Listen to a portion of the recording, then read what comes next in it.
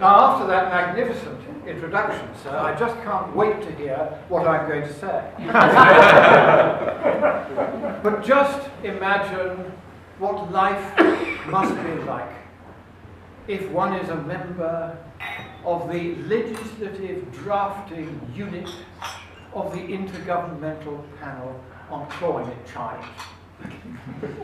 Supposing one were to talk about a spade. One would not, of course, call it a spade, because that would be too simple. No, they would call it a one-person operated, manually controlled, full-powered implement of simple and robust, yet adequately efficacious lignometallic composition, designated primarily, though by no means exclusively, for utilisation on the part of hourly paid operatives employed in the agricultural, horticultural, or construction trades or industries, as the case may be, for purposes of carrying out such excavational tasks or duties as may, from time to time, be designated by supervisory grades as being necessary, desirable, expedient, apposite, or germane, with regard to the ongoing furtherance of the task or objective in hand, or on the other hand, underfoot, Secretary General.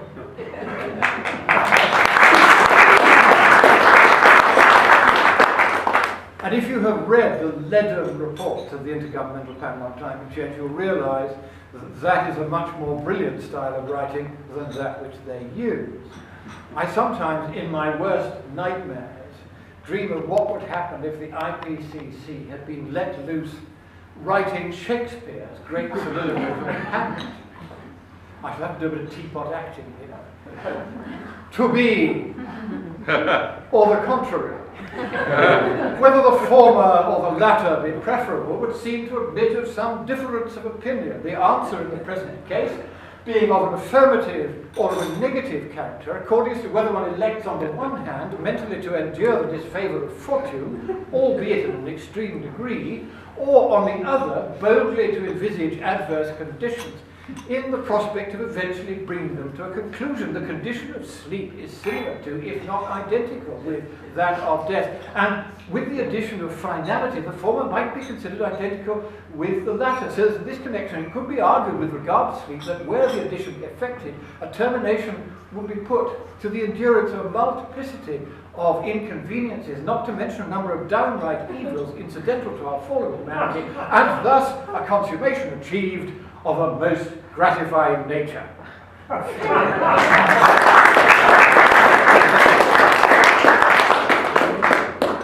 Now, one of the strangest things when one looks at this weird world of climate change is how the rhetoric has taken over from the reason. And this is a very extraordinary thing to me. I have studied rhetoric in a formal sense. And to see it so misused, so as to mislead, is, frankly, it's a rather chilling thing to observe. And I look at the way we have just been told, for instance, by Sir David Attenborough, no less, that we have only X years, you put it in X you like, they've been doing it for 20 or 30 years, 10 or 12 years left, and they keep on saying it, and the BBC, the unspeakable BBC, keeps on reporting whatever these people say.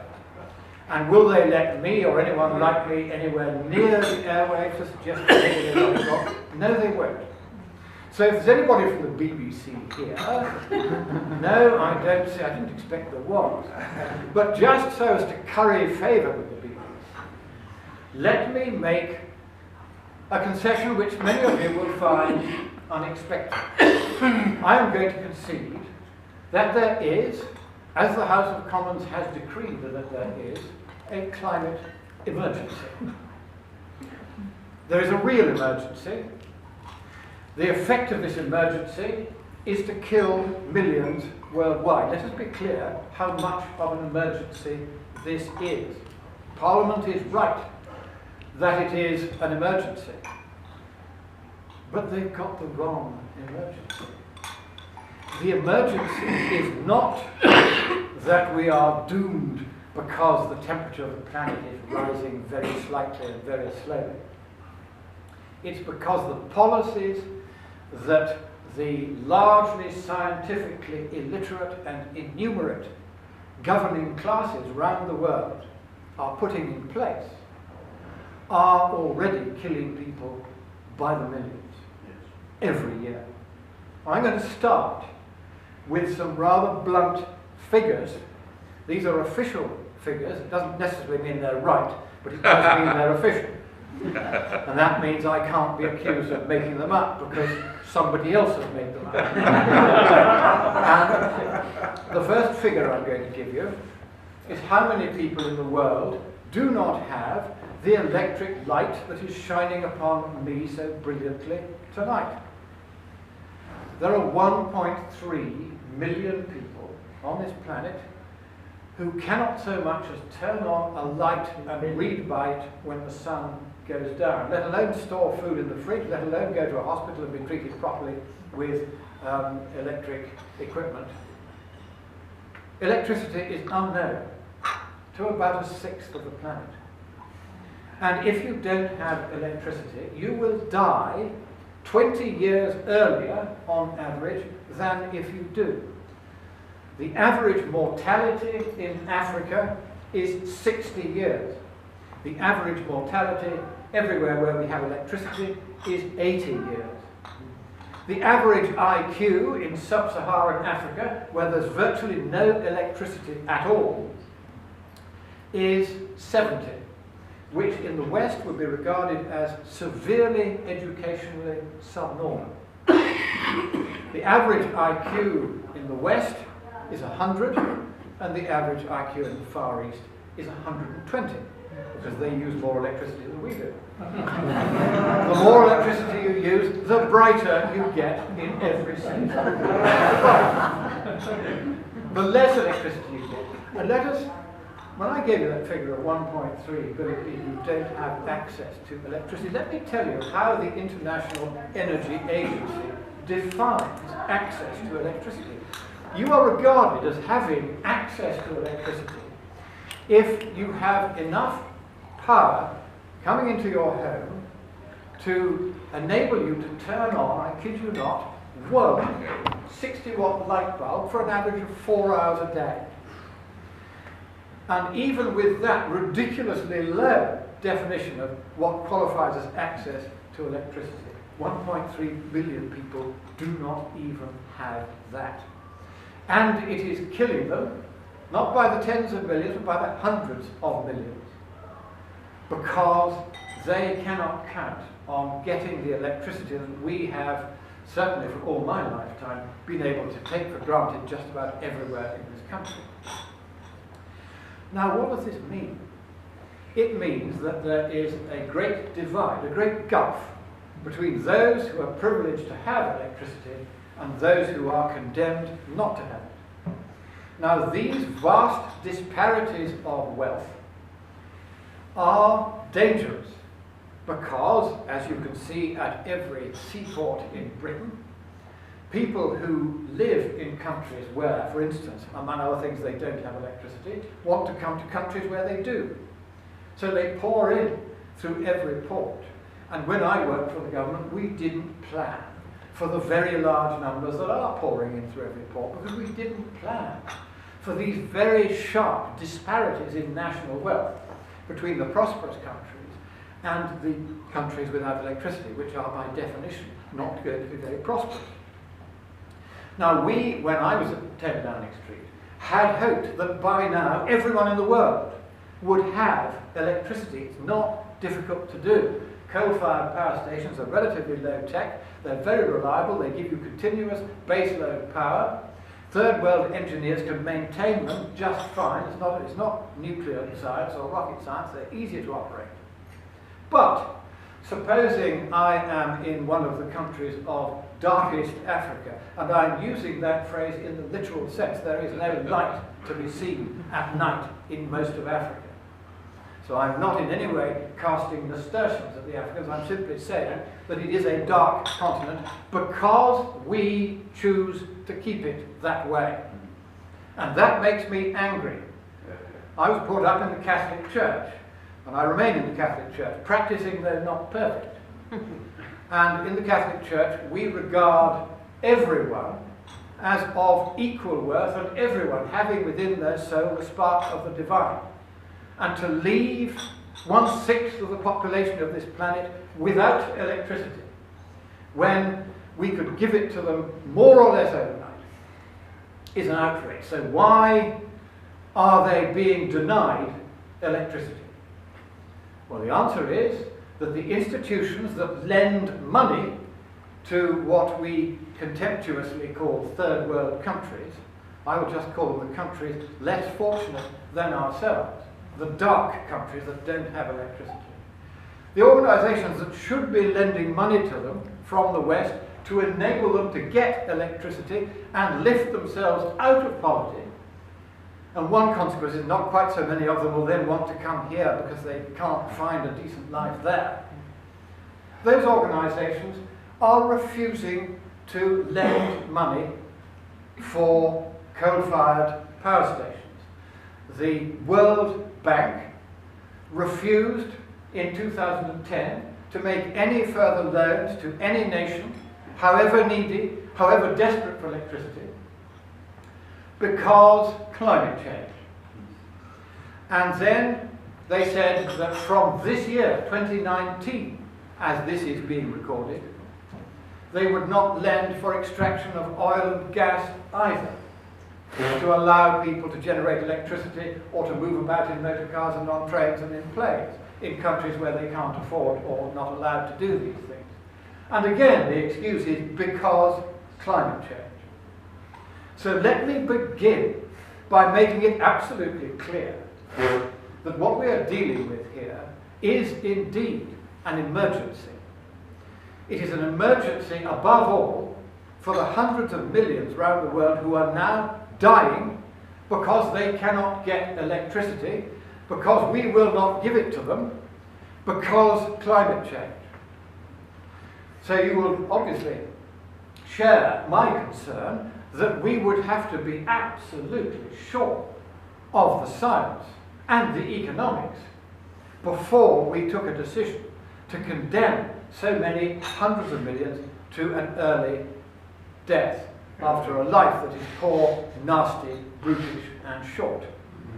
In other words, there is a moral high ground in the debate about climate, and it is we who stand on that moral high ground, not the wretches on the other side who go around listening to custard-faced children as though they were some kind of experts on the climate. X, an unknown quantity, spurt, a drip of pressure.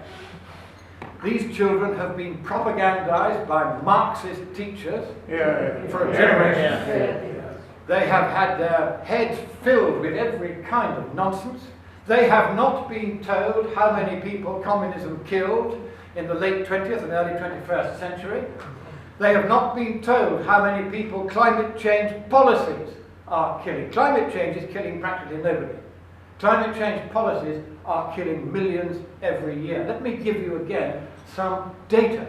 And again, it's official data, with all the caveats that that has with it. Just to take one cause of death from lack of electricity, there are hundreds of causes. I'm just going to take one or two to illustrate the scale of this problem. Every year, it is estimated by the World Health Organization that 4.3 million people die because in the huts where they cook on open cooking fires, they get particulate pollution into their lungs.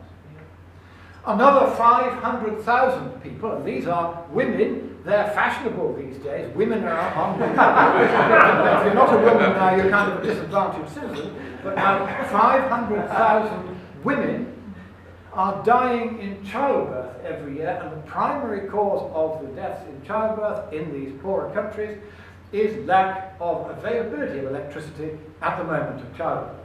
Because they don't have electricity in their homes, they don't have hospitals. What's the point? If you haven't got a generator, you haven't got electricity, how can you do anything of advanced modern medicine without electricity? This is the scale of the climate emergency. But the emergency is not caused by the fact that the world is about, on average, 1 Celsius degree warmer than it was in 1750. A rate of warming which is scarcely terrifying. Sea level, according to the Envisat satellite, you see, I'm giving you all the official data which they somehow suppress when it doesn't tell the story they want to tell. But the Envisat satellite was a very expensive project of that depressing organisation, the European Union. And like all these things, of course, it was full of corruption and so forth, and the satellite broke down after only 8 years, having spent, I forget, $10 billion or something, euros or whatever they call it, collapsing currency across the world. And this thing failed, but it lasted for 8 years, and what it showed, it was the one independent satellite that wasn't part of the sort of network of all this climate change nonsense. And it simply produced the figures of actually what was happening to sea level rise. And sea level is rising, but the rate measured by the Envisat satellite, and it was the most reliable satellite of its kind, was equivalent to 2 inches per century. So it's not a very terrifying rate of sea level rise. That is probably the accurate figure.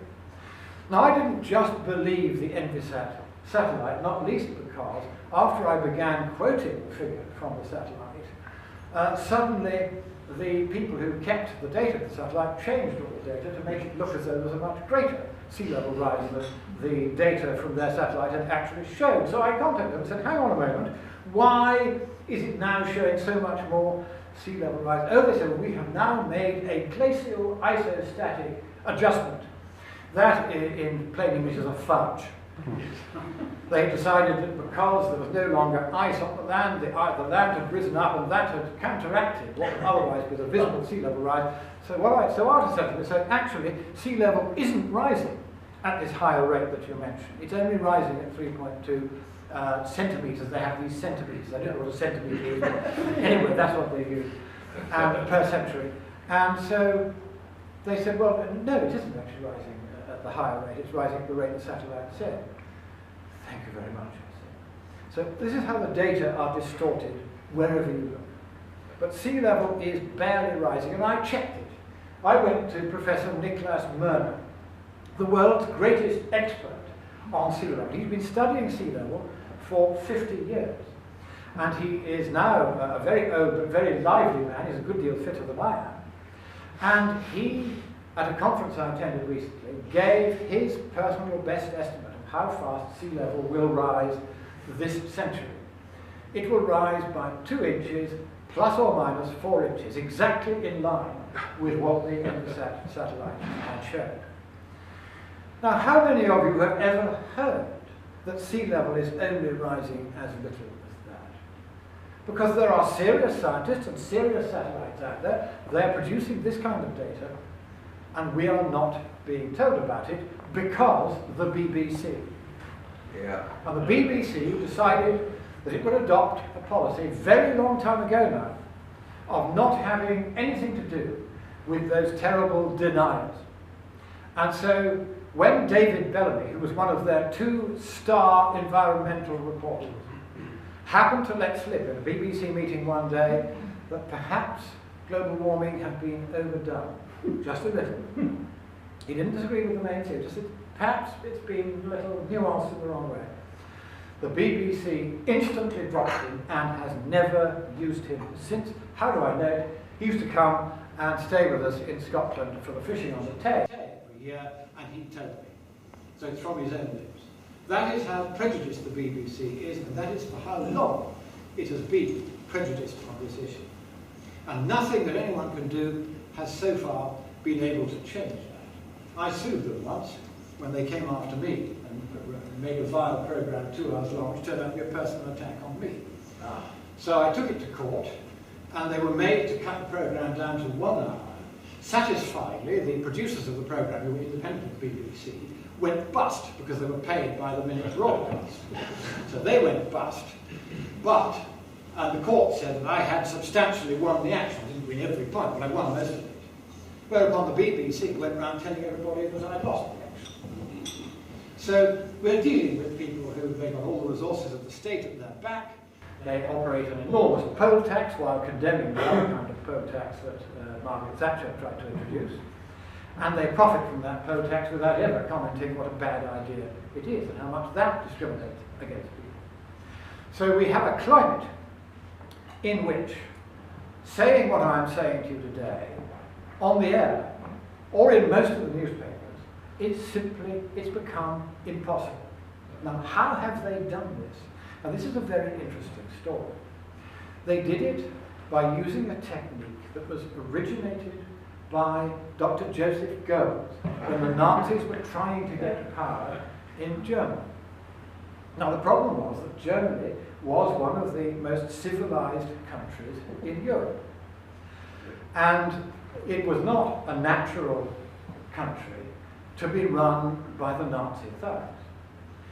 So what Goebbels did, it was brilliantly simple. He made sure that every member of the party was trained right from when they first became a member to use whatever access they could get to whatever medium of communication they could reach. And every time anyone, anywhere in Germany, spoke out effectively against Nazism, they were to trash the reputation of that person by accusing him of sexual offences, whatever they could dream up, just invent it. And go on and on and on and on doing it. Now, in 1945, when the Allies reached Berlin from the west, before our then Russian allies reached it from the east, we hung back so as to allow Marshal Zhukov, the victor of Stalingrad, the honor of entering Berlin and taking the city. This was a very characteristically charming Allied gesture, but it cost us very dear indeed, and still is for a rather unexpected reason. One of the buildings that was still standing in Berlin, there weren't many that were, was then the largest office building in Europe. It was the Reichspropagandaamt of Joseph Goebbels in Mauerstraße, Wall Street, Berlin.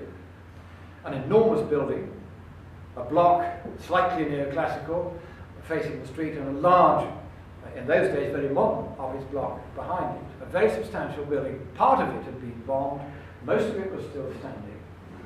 And very nearly all the records of the ministry were intact, because Goebbels had ordered them not to be destroyed, because he believed his own propaganda. He didn't think the Tausendjährige Reich could come to an end in a few weeks. So the MGB, as they then were, got the lot.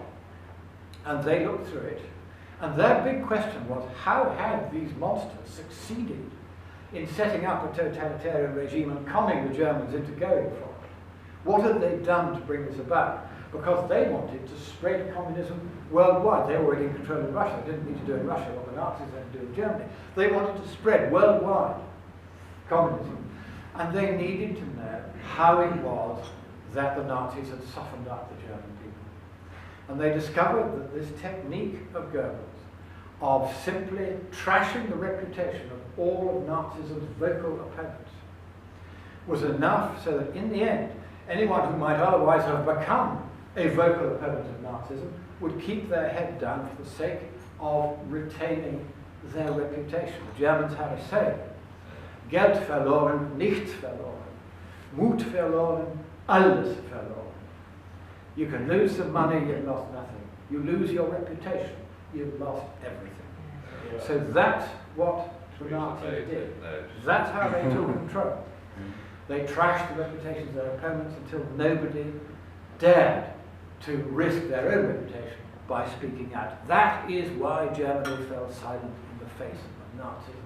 It wasn't because they agreed with it, it was they terrified what would happen to their reputations if they publicly disagreed with it. Within 1 month of discovering that this was how Goebbels had done it, the Russians had established a new directorate of the MGB, eventually a part of the KGB, called the Disinformation Directorate. Now, this directorate had the sole task, initially, of recruiting willing, unpaid Western communists whose sole job was to trash the reputations of everyone worldwide who was seen to be speaking out effectively against communism anyway. And so it began. And the man who was chosen by the MGB, as they then were, to run this new directorate was a man whom I know. is Ion Mihai Pachap. And he was the head of the Securitate, the feared secret police in Ceausescu's Romania. And he continued in his job as head of the secret police, but he also spent a lot of time in Moscow setting up the new directorate. And how do I know all of what I'm telling you now? It is because he came out to the West in 1978. So I'm now allowed to talk about it because it's long beyond the 30-year rule. And at his debriefing, he was arguably the most senior, no, not quite the most senior, but he's the most senior that anybody's heard of the defectors from the then Soviet Union. He told us everything, and we asked him first of all why he was telling us everything, why. And he said, I have realized the very great damage that the Directorate is doing in the West, and I do not consider it to be proper that this should continue. Now, he had a genuine moral sense, and he simply couldn't go on doing what he'd been doing so successfully for 20 or 30 years. And so he came out and he told us everything. We said, how many of these willing Western communists did you recruit? And he was a little dumpy man in heavy spectacles. And if you saw him next to you on the bus, you wouldn't blink. If you travel by bus, I'm not quite sure how one does that. And you wouldn't notice him. And he said, very quietly, without the slightest rodomontade, without any pride, he said, 1 million. In 30 years, 1 million communists have been recruited just to trash the reputations of those who were effective in opposing communism. Now you can see that on that scale, the inroads that communism made into the West were very considerable. And then we asked him, so now what happens to all those who, how did you manage 1 million agents? We didn't quite believe that it was 1 million. How did you manage 1 million agents? Oh, he said, of course, when we recruited the first few hundred, we realized how easy it was. He said, we trained them to recruit their successors. All they had to do was to tell us who they were proposing to recruit so that we could okay it. If we knew anything against them, we wouldn't let them, otherwise we let them do it. So they recruited their own successors, and it became completely self-perpetuating. We knew who or well, they had to tell us who they recruited. So that if we needed somebody with special skills, we could get them straight away. But we didn't have to run this. It ran itself. And then he paused and he said, and I'm afraid it still does. And it's going to go on doing so, even if communism comes to an end, which it hasn't quite well still. It will continue, he said, because that's what they've been trained to do, that's what they used to do. And so now the totalitarian left worldwide continues to use this method of personal denigration of anyone who is effective in speaking up against the left's favourite policy. Climate change is one of these, and I am one of the victims of this technique. And I'll tell you just a couple of stories about this because it is quite entertaining.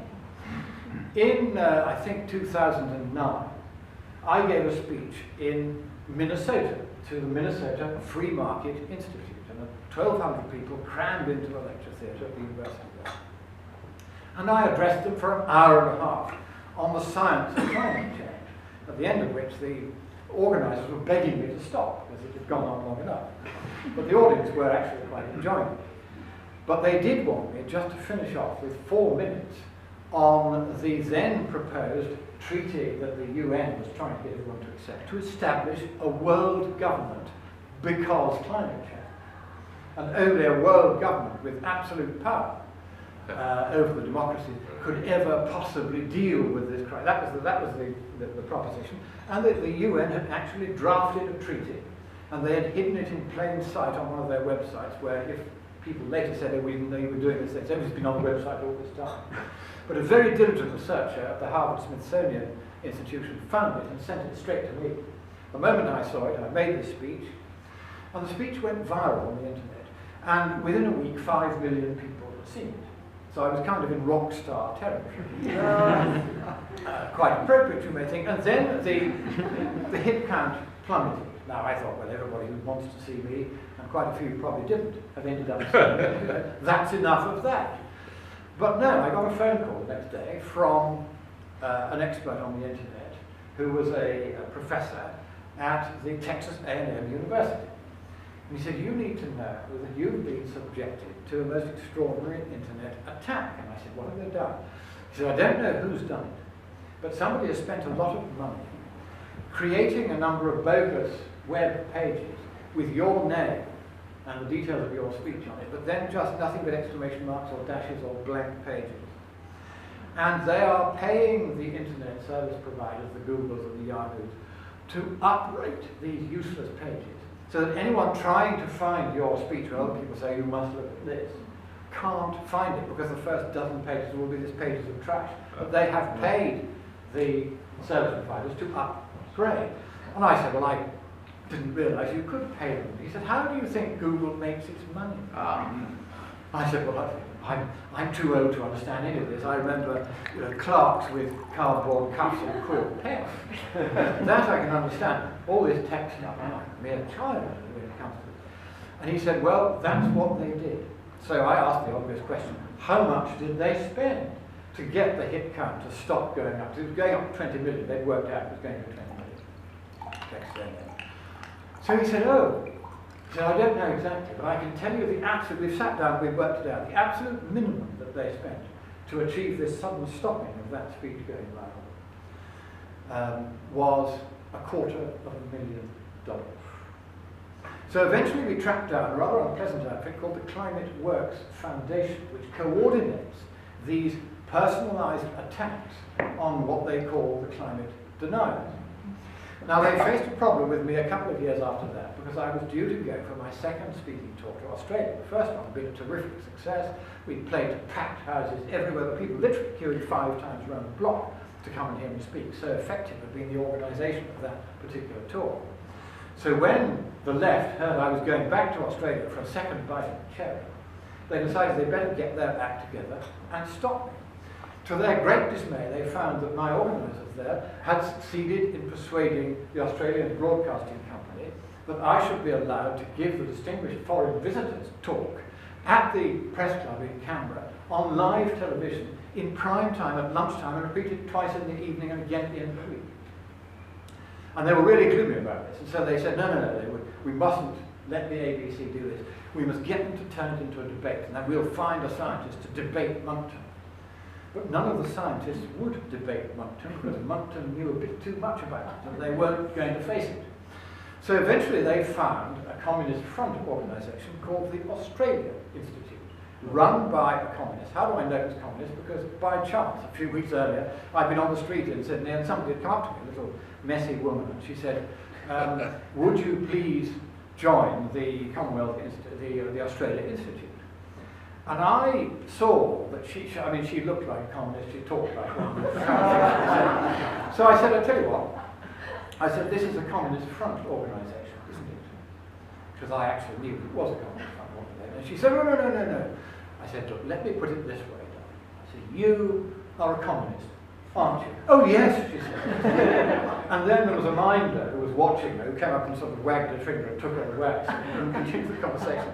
Anyway, they chose the director of this Communist Front organisation to come on and be my opponent in what became the debate on climate change on live TV.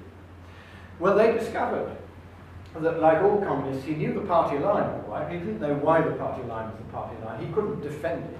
He couldn't take part in a debate. And so they knew they were going to get creamed. So they got in touch with the Climate Works Foundation, or whichever other of these weevil organisations was at that time working on trashing my reputation. And they said, what do we do? So they got in touch with a mate of theirs who was at that time a very senior official in Parliament. He was the clerk of the Parliament, the senior official in the House of Lords. And they said, this man, Monckton, is going around and saying he's a lord. And what can you do to sort of deflate it so that we can use this against him in this debate, you see, and destroy his credibility? So the clerk put up a letter on the House of Lords website addressed to me, saying, what on earth are you doing going around saying that you're a lord? He slightly spoiled the effect by writing the letter addressed to dear Lord Monckton. Suffice it to say that he is no longer the clerk of the Parliament. But I am still the Viscount Monckton of Brenchley.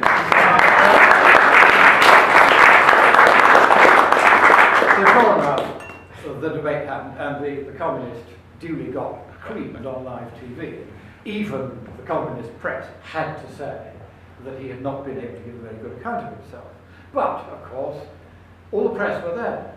And there was some young, another communist, I suspect, whippersnapper who gets up, first question after we've done the debate bit from the press, and he says, well, now my first question is for Lord Monckton, but I don't really know whether I should even call you Lord Monckton, because the Clerk of the Parliament doesn't seem to think that you are.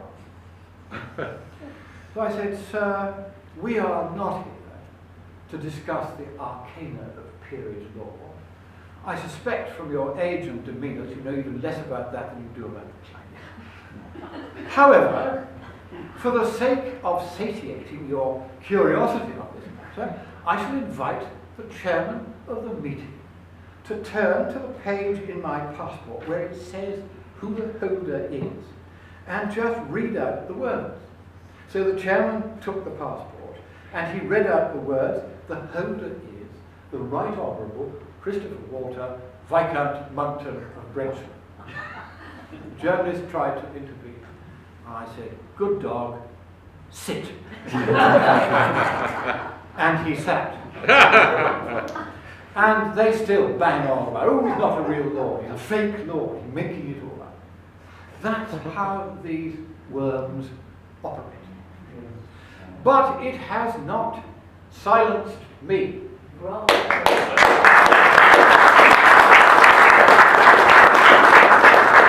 And now it's payback time. When one is faced with a highly organised, very lavishly funded, international campaign by totalitarian forces whose dearest wish is the destruction of Western civilization and traditional Britain among those civilizations. Yeah. Then we have to box clever. Merely saying they're all a bunch of communists, fascists, whatever, won't hack it. Indeed, I was explaining some of this story over dinner to somebody who hadn't met me before last week, and he read to me just today and said, everything you said was very impressive, except that you kept on referring to these communists. And that just makes it sound lunatic, everything you say. So I'm about to write back to him, then just come in this email, and say, look, mate, the reason why I say that the communists are doing this is because if they talk like communists and they advocate communist policies, then I don't care whether they call themselves the Labour Party or the Liberal Democrats. They are, in effect, communist in what they are demanding and what they are upholding. And this climate change scenario very much looks like a communist disinformation campaign. Of course, it's no longer driven entirely from Russia. There is a Russian element in it. I'll just give you that very quickly. The fracking, the anti-fracking groups in Britain are largely funded by Mr. Putin. He does not do this because they're all communists, though no doubt many of them are. He does it because he wants to continue to get away with selling Siberian gas into Europe via the growing number of pipelines at prices which are often 4 times the world price. Because the commissars, that's the official German name for the commissioners who hold all real power in the European Union, they're unelected of course, the commissars want to make sure that gas and coal and everything like that is as expensive as possible because climate change. So there you see Putin's motive for paying for the anti-fracking protesters. And we have managed to trace some of those payments. We know it's going, we're actually quite good at tracing these payments. We did it during the miners' strike, for instance. That was run from Moscow. Now the miners were not communists, but their leadership was. Yeah. And we were able to trace £20 million that went through the Czechoslovak embassy. That was the route by which they were funded, and into Skarbel's coffers.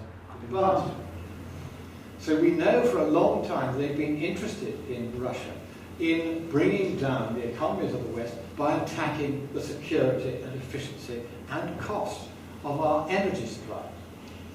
So then there is China. another rather important piece on this chessboard.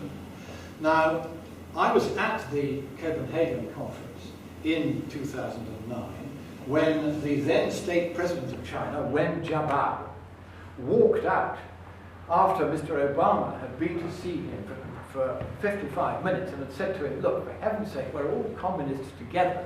Why not simply agree to this world government treaty and then we can make everybody communist? And Wen Jiabao wasn't having it, because what Mr. Obama hadn't realized is that there is a very considerable element of nationalism in Chinese communism that didn't really exist so much in Russian communism. It's a different kind of communism. And Wen Jiabao in particular was more of a nationalist than he was a communist. In fact, I had the honor of briefing a lot of his people quietly in Shenzhen shortly before that conference, because I had given a talk at the World Federation of Scientists earlier that year in Sicily, at which the Chinese ambassador and his technical counsellor had been present. And when they saw the strength of the evidence against the global warming alarmist storyline, the counsellor came bounding up to me and said, I want your paper on this, I'm putting it in the bag to Peking tonight and they will want to hear more, which indeed they did. So the Chinese are quite realistic and hard-headed about this. So they said to Mr. Obama in 2015, just before the Paris Agreement, they said, look, we will not stand in the way this time, provided it is clearly understood that we will not accept any foreign inspectors coming into China to check out what we are doing about our greenhouse gas emissions. Thank you very much. We will also not countenance any restriction whatsoever on the continuing growth program of coal-fired power stations throughout China so that we can give our people the electricity they so desperately need. So that was what was agreed at Paris.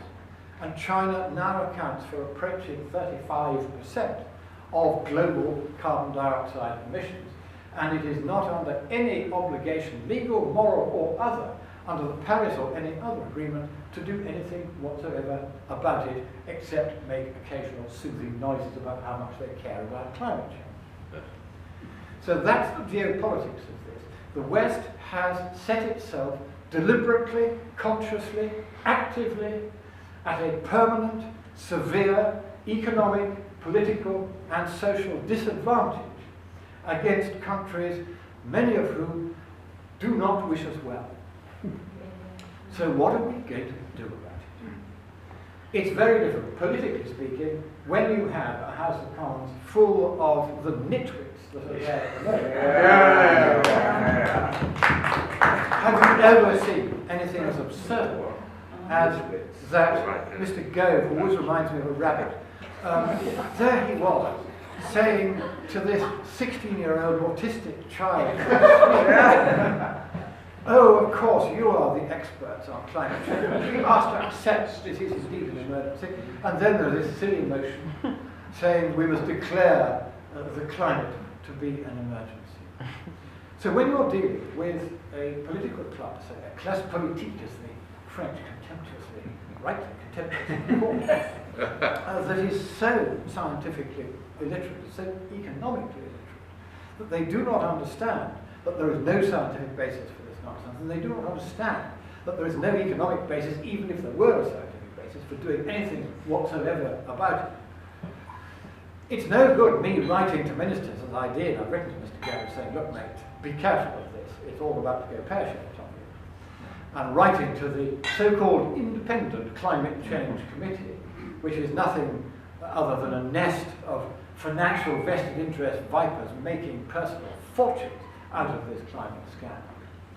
Going to these people and trying to persuade them that science is science and they're not on the side of science is not going to work. It seems to me there is only one way to kill this particular monster.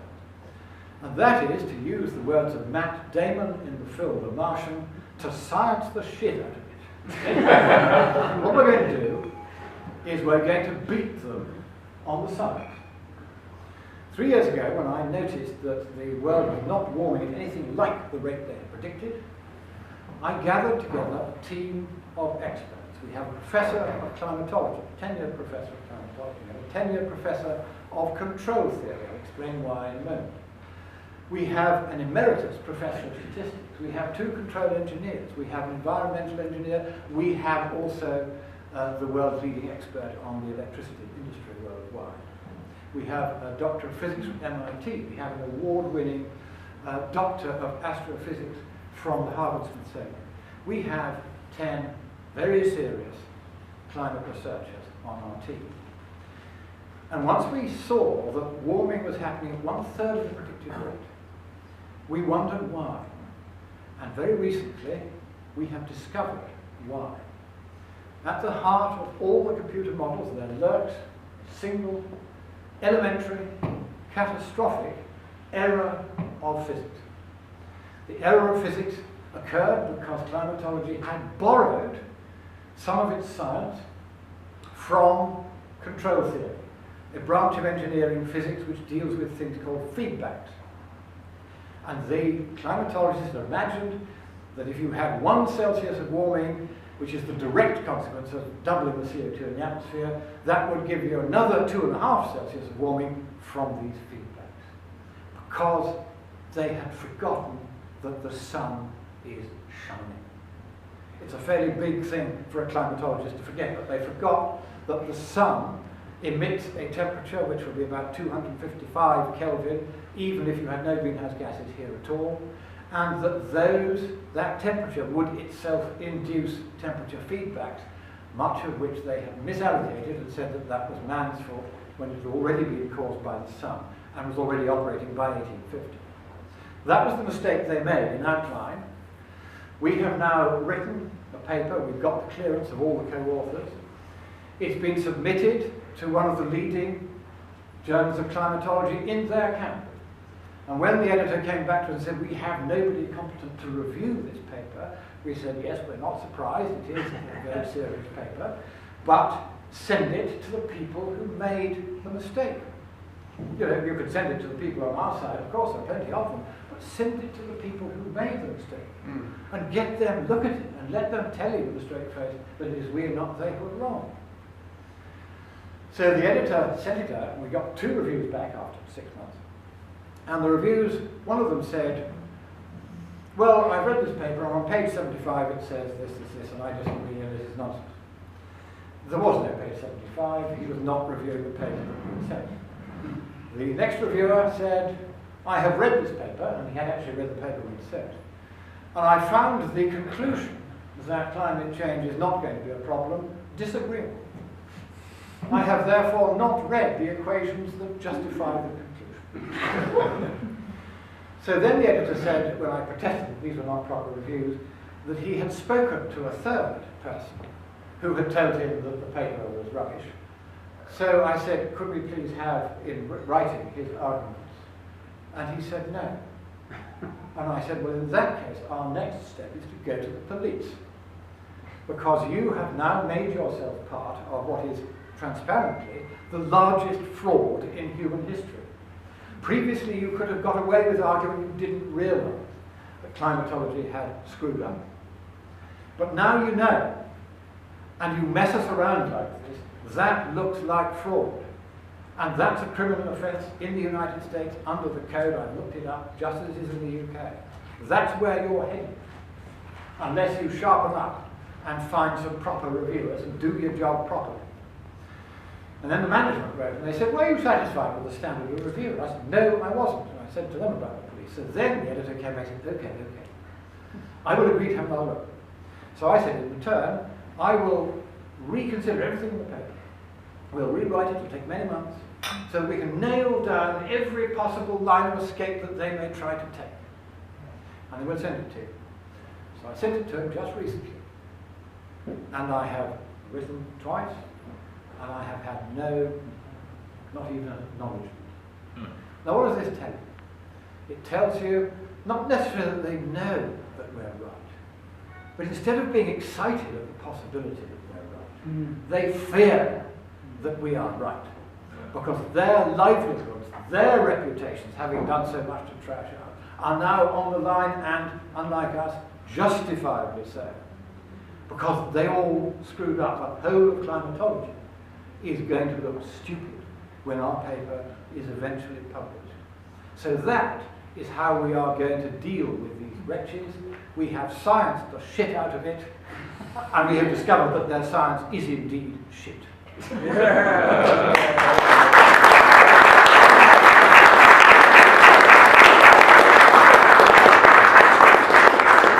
And on the economics, I'll do this very briefly, because I've already tried your patience longer than perhaps I should.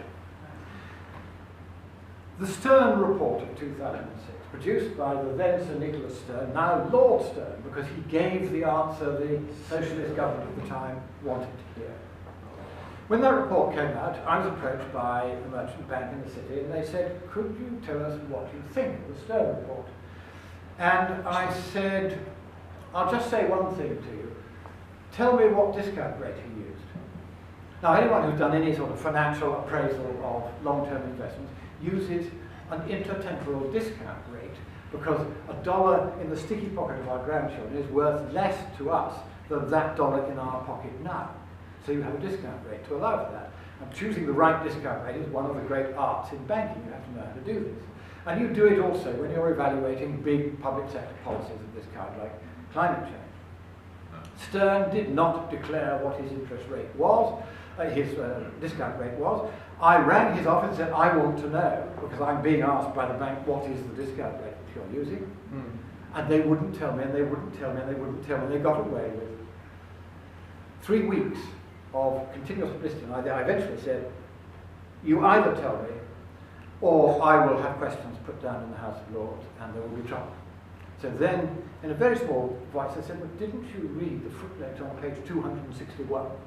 And I said, I couldn't immediately recall it, but did they really vary their principal discount rate in a footnote on page 261? In a very small voice, they said yes. And I eventually tracked it down, and they had used a discount rate not of 7%, which is the standard market rate, a real rate of 7%, which you discount to the future. They used only 1.4%.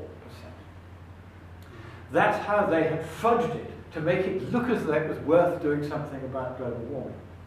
If you had used a correct discount rate, then the cost, even of the 3 Celsius of warming that Stern was predicting for this century, it would come down to 0.3%, just because you use a correct discount rate. And so it was by methods such as this, entirely dishonest, that the scientific and then the economic case to destroy the West, or rather to get the West to destroy itself through the sheer scientific illiteracy of its politicians, was conceived and put into operation. And we, I shall end on this note, are going to stop them. Thank you very much.